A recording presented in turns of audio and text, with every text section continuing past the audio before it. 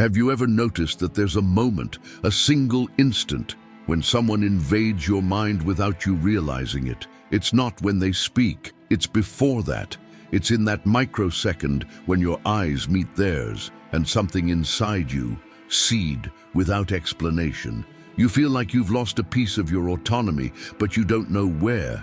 And the most disturbing thing is that this person acts as if nothing happened, as if the slip-up was yours, as if the weakness came from you, when in fact, it was carefully induced. And while you think you're just living your life, someone is reading you like an open map. Every hesitation, every small change in your breathing rhythm, every silence you fill too quickly. That's how the most dangerous manipulation happens, without threat, without shouting, without direct attack. It happens in the banal, in the everyday, in the simple act of someone observing you and anticipating how you will react. Even before you realize you've reacted, you feel this. Sometimes, don't you? Like you're automatically responding to subtle behaviors you shouldn't notice. Like you're saying yes where you wanted to say no. Like you're giving up space you should be defending. Like you're being guided without being touched. And there's a dark reason for that, a reason you never realized, a reason that explains why certain people can bend your will, influence your choices, and shape your perception, even when they seem completely innocent. And that reason is what you're about to discover. But first, there's something you need to see clearly, something you may have ignored your whole life. Imagine this dinner. You're at a dinner table. People are talking, laughing, telling stories. Everything seems normal, but there's one person, just one, observing every detail. They don't talk much. They don't show off. They don't try to get attention. They're just gathering information. And while you believe you're relaxed, they're mapping three things: your emotional weak point, your response pattern, and what you would do to avoid conflict. They don't need to manipulate now. They're just observing. And that's already the beginning of manipulation. Because truly dangerous manipulation never begins with a movement. It begins with a reading. And here's the unsettling detail.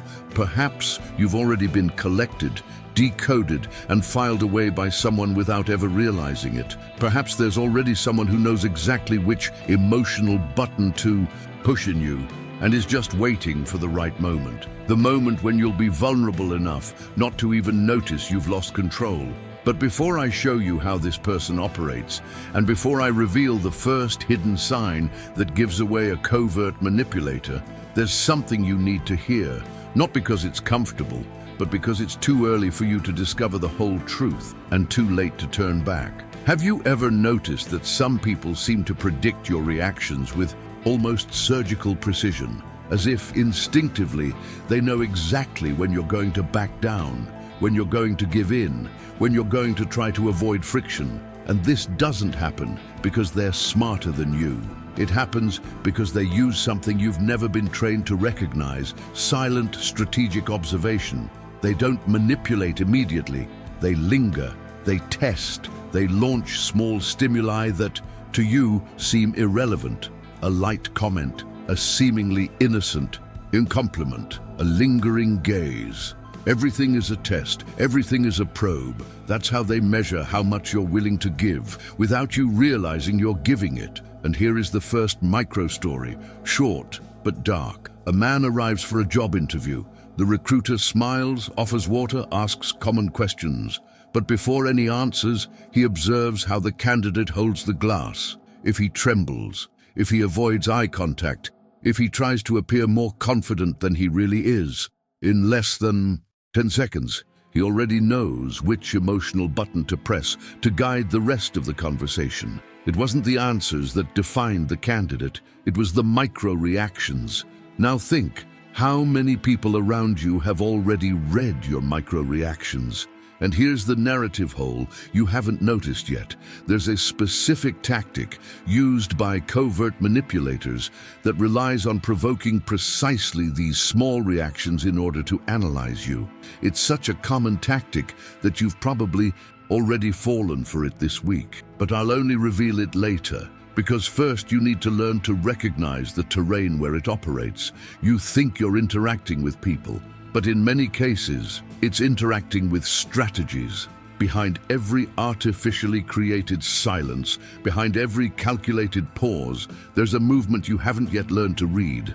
And that's why certain conversations leave you exhausted, confused, guilty, or emotionally drained, even when nothing concrete has happened. The most dangerous manipulation is the one you can't explain. And that's where the manipulator in disguise hides, in plausible deniability.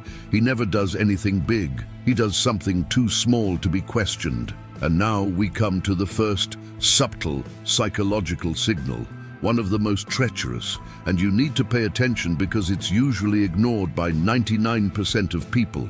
Prolonged silence used as a weapon, not the uncomfortable silence, deliberate silence, the one who forces you to fill the space, the one that makes you talk too much, the one that makes you reveal information you shouldn't. This silence doesn't happen by chance. It's used to make you expose yourself, to make you try to fix the atmosphere, to make you seem vulnerable. And when you realize it, you've already said what the person needed to know to control you. But that's just the first sign. There are 4 more, each worse than the last, and they all work together like pieces of an invisible mechanism. Before I reveal the second sign, the second subtle psychological sign is so camouflaged, so socially acceptable, that most people don't even realize they're being manipulated when it appears. But that's exactly what makes it dangerous. It seems normal until you understand what's really going on. A calculated false vulnerability. I'm not talking about someone truly opening up. I'm talking about that specific type of confession that comes too early, too intense, too emotional for the level of intimacy that exists.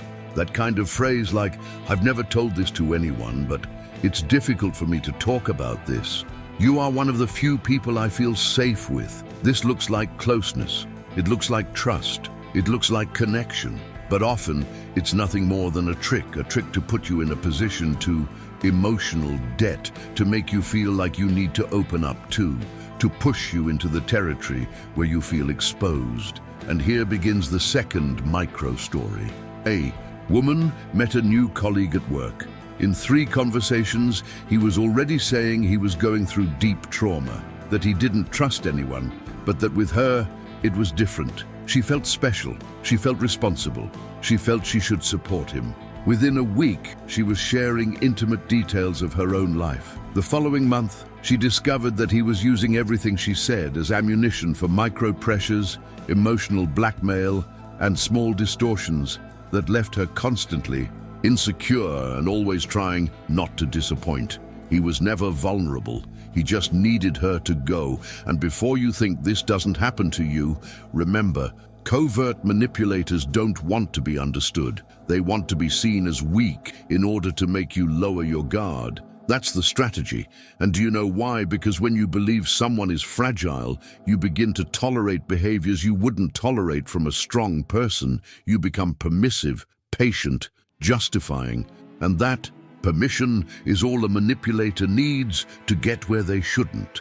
But that's nothing compared to the third sign. And here I open another loop, one that it needs to understand. The third sign is not emotional, it's behavioral. And it's so silent that if you don't know how to identify it, you become an easy target in any environment, work, relationships, friendships, family. But before revealing this third sign, there's something you should know now, because it explains why do you fall in these mechanisms. Do you believe that people reveal who they are through their words, but covert tactics live in what is left unsaid? And it is within this empty space between what a person shows and what they hide that manipulation takes place. Now take a deep breath, because the third sign exposes exactly that space. The third subtle psychological signal is the most irritating, the most confusing, and the most effective at making you doubt yourself. It doesn't hurt immediately. It corrodes slowly. It messes with your ability to interpret reality, and the more you try to understand it, the more trapped you become. Intentional ambiguity. It's when someone says things that could mean 2 things at the same time. and neither is entirely clear. It's praise that sounds like criticism, criticism that sounds like concern, concern that sounds like control. It's almost the maybe. That's not what I meant. The you're exaggerating. Nothing is concrete. Nothing is definitive. Nothing is assumed. And that's exactly what makes you vulnerable. Because when a person never says anything directly, you struggle to interpret, adjust, adapt, compensate. You start policing yourself. You start walking on eggshells, trying to avoid a conflict that ironically would never be your fault. Ambiguity is a silent emotional weapon, and covert manipulators dominate her perfectly. Now let me show you this with a realistic micro-story, so common it could have happened to you. A young man received a message from his partner saying, "Funny, you disappeared just today." He asks, "Why? Did something happen?" She replies, "Oh, never mind. It's not important." He insists. She denies it. He tries to understand. She replies, "You misinterpreted it, forget it." But he doesn't forget. He becomes restless. He feels guilty without knowing why. He tries to compensate, to be more present, more affectionate. And her, he got exactly what he wanted, control, without ever admitting his intentions. That's the power of ambiguity. She makes you act, while the other person keeps their hands clean. And here's the point that almost nobody realizes. Ambiguity only works because you try to fill the emotional gap left by the manipulator. You try to resolve the ambiguity. You try to interpret. You try to restore harmony. But covert manipulators, they don't want harmony. They want an advantage. And now comes the most disturbing detail. The fourth sign, the next one, doesn't manipulate your emotions. He manipulates his perception of time. And when the manipulator controls the time around you, he controls your decisions. But before revealing this fourth sign, I need to show you why is time management so effective. And this involves one of the oldest Machiavellian tactics in history. The fourth, subtle psychological signal is so elegant, so masked as normal, that you never notice when it happens, but it shapes your decisions, distorts your judgment, and completely alters your emotional response. It's one of the favorite weapons of covert manipulators because it works effortlessly, without exposure and without risk. And he has a name: manipulating rhythm, not the pace of the conversation, the rhythm of attention. Undercover manipulators tamper with timing through contact. They get too close when they want to influence you and disappear when they want to confuse you. They create peaks of intensity and valleys of absence, so you never know where you stand. And while you're trying to understand what has changed, they're already shaping your behavior. This is how it works. They increase attention at a critical moment, and they take it away when they want you to miss it. They call you exactly when they need your energy, and they fall silent when they want you to doubt your worth. They'll ensnare you when they want entry, and they disappear when they want control. The human mind hates gaps, and manipulators know this. And to help you grasp the weight of this, here's another micro-story, brief but razor-sharp. A man met someone online. The conversations were deep, intense, and constant. He felt that he had finally found someone who understood him, until out of nowhere, the person started taking hours, then days, to reply. And when they finally did reply, they would return with double the attention, as if they had never disappeared. Before long, he began to wonder about the day, hole in the next message. He began to measure his worth by the frequency of responses. He began to mold himself to the other person's pattern. He believed he was involved. Actually, it was conditional. This rhythmic oscillation is powerful because it creates emotional dependence. You never know when the next dose of attention will come, and that's how the manipulator keeps you hooked, without having to do anything explicitly wrong. This technique is so influential that Machiavelli described something similar centuries ago. The prince must measure his concessions so that they are rare and always desired. The prince must carefully consider his concessions so that they are rare and always desired. Do you realize what this means? Manipulating the rhythm is a carefully considered concession. a tool of power. And here comes the part that many ignore. Controlling time is controlling expectation. Controlling expectations is controlling emotions. Controlling emotion is controlling decision-making. And now comes the turning point. The fifth signal, the one that shuts down the entire mechanism, doesn't control your emotions, your time, or your attention. It controls your perception of yourself. And when a covert manipulator alters the way you see yourself, you become vulnerable to everything that comes next. But before revealing this fifth sign, the most devastating of all, there's something I need to show you. A hidden distortion in the way you interpret rejection, reciprocity, and silence. This will change the way you view any relationship. The fifth subtle psychological sign doesn't control how you feel about the other person. He controls how you feel about yourself, and that's why it's the most devastating of them all. While other signals manipulate your external perception, behavior, attention, silence, rhythm, this one manipulates something much deeper. The perception of one's own worth. But he doesn't do that through direct insults. There is no explicit humiliation, there is no direct criticism, there is no visible psychological violence. Identity manipulation happens in the details, almost, not invisible. It manifests itself when the person treats you as if you were less important than you really are, without ever verbalizing it. When they respond to your messages with indifference, when they don't value your time, when they don't celebrate your efforts, when they treat you with a neutrality that seems normal but silently diminishes you. Identity manipulation does not attack your self-esteem. She puts her sense of entitlement to sleep. And this happens because there is a hidden psychological principle here, one that almost no one notices. You begin to see yourself through the emotional reflection that the other person gives back. If someone treats you with constant indifference, you start to believe that maybe you're not that interesting. If someone treats you as replaceable, you start acting as if you're easy to replace. If someone undervalues your effort, you start to believe that making an effort is pointless. It's a distorted mirror, and you don't notice the distortion until you're already bent over by it. To understand this, consider this symbolic micro-history. A young artist used to show her drawings to a friend. He never criticized, never praised, never showed any enthusiasm. He just said, "Cool." Over time, she stopped showing him her drawings. Then, she stopped drawing as much. Finally, she stopped drawing altogether. He never said anything negative, but his emotional reaction extinguished her flame. This is how identity manipulation works. Without violence, no speech, without evidence.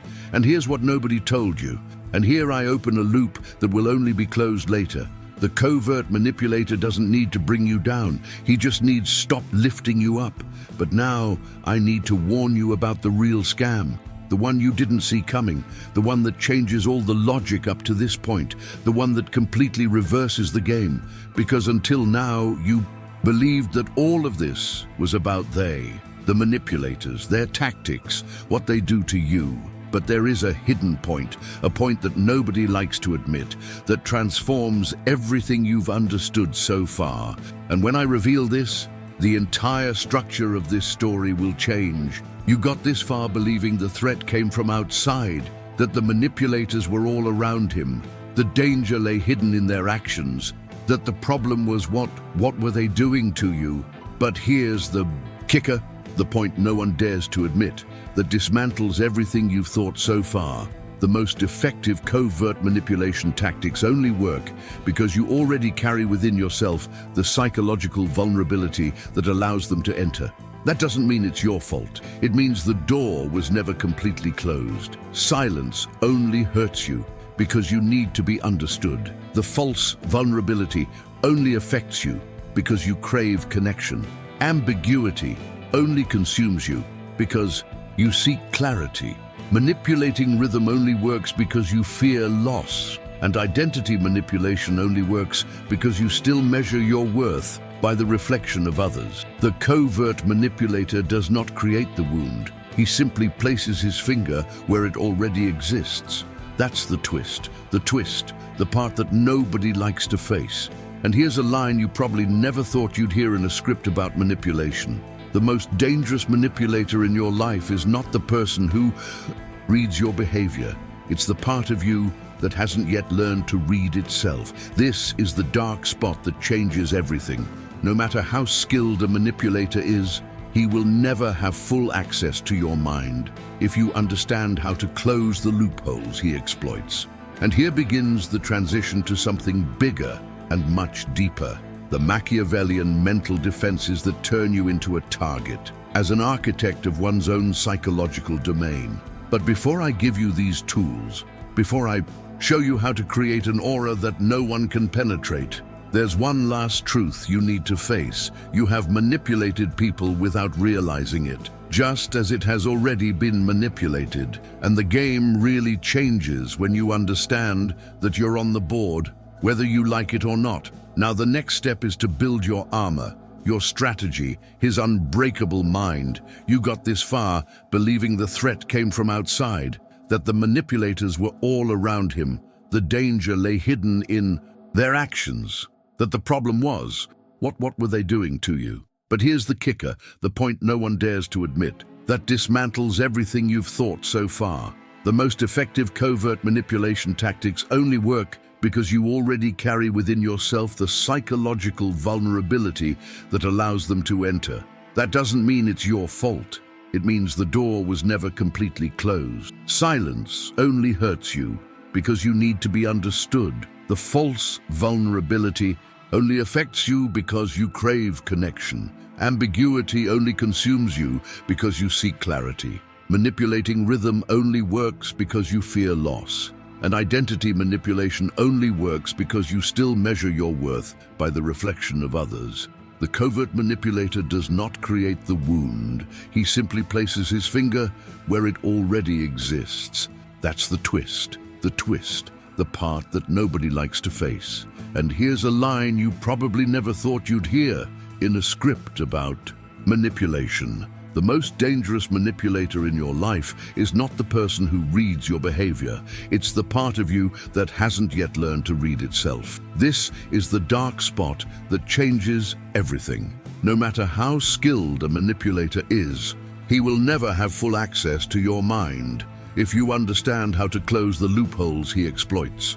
And here begins the transition to something bigger and much deeper. The Machiavellian mental defenses that turn you into a target, as an architect of one's own psychological domain. But before I give you these tools, before I show you how to create an aura that no one can penetrate, there's one last truth you need to face. You have manipulated people without realizing it, just as it has already been manipulated. And the game really changes when you understand that you're on the board, whether you like it or not. Now, the next step is to build your armor, your strategy, his unbreakable mind. Now we've reached the point where most videos stop. They explain the manipulation to you, they show the signs, they talk about the defenses, and they leave you there, just surviving. But survival is not dominance, and you're not here just to survive. You're here to learn how to turn the tables. Psychological counterattack is not aggression, it's not a confrontation, it's not an emotional outburst. It's something much more sophisticated. It's about making the manipulator realize that you understand the game and that you're not playing on their chessboard. The first form of counterattack is simple, deadly clarity. When a manipulator uses ambiguity, you respond with surgical precision. When he plays the calculated silence game, you respond calmly. When you try to provoke insecurity, you bring back clarity. This kind of clarity dismantles any attempt to manipulate you because it demands that the manipulator reveal what they were trying to hide. The second form of counterattack, reversed questions. Manipulators hate direct questions because they demand a stance, and manipulators thrive on not taking a stance. You ask, when you said that, what exactly did you mean? What was your intention in making that comment? Why is this important to you right now? Asking the right question reveals the strategy. It forces the manipulator to abandon the shadows. Manipulators don't work well in the light. The third form of counterattack, the strategic retreat. That's not disappearing. It's about removing the emotional access that the person had to you. You stop explaining, stop making excuses, stop trying to fix it, stop giving more than you receive. Strategic withdrawal causes the manipulator to lose control.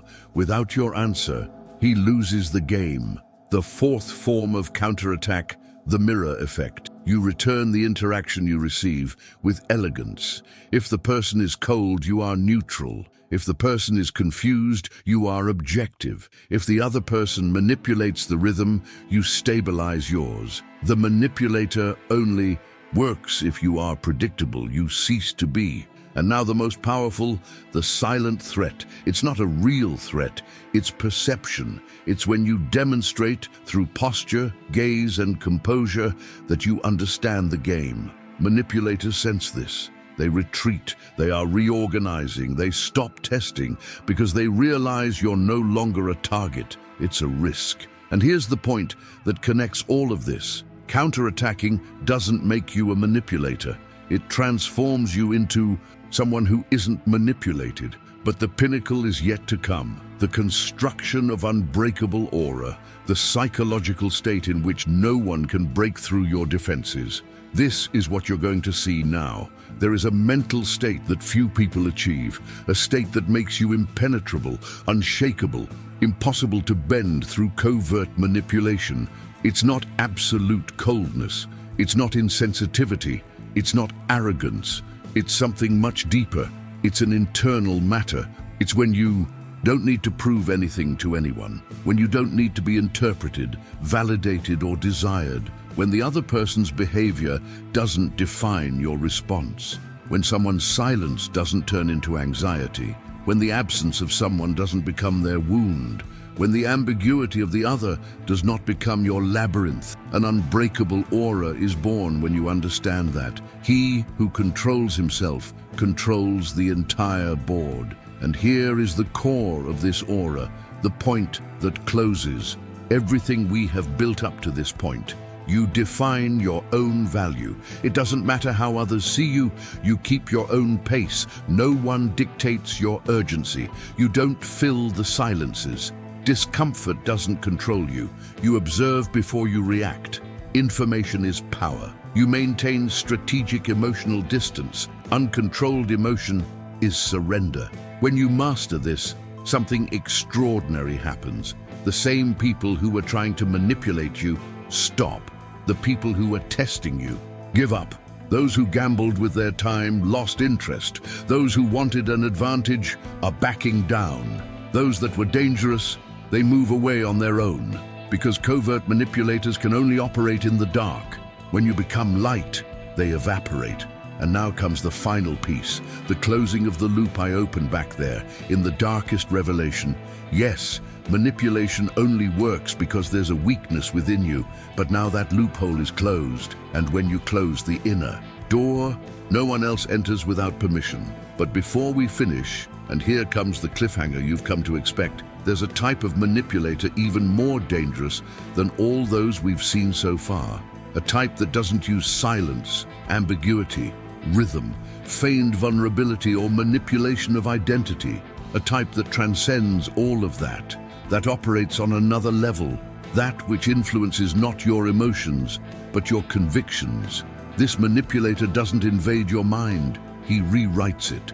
And that's what we're going to talk about in the next video, because just when you think you know how to defend yourself, that's exactly where the game really begins.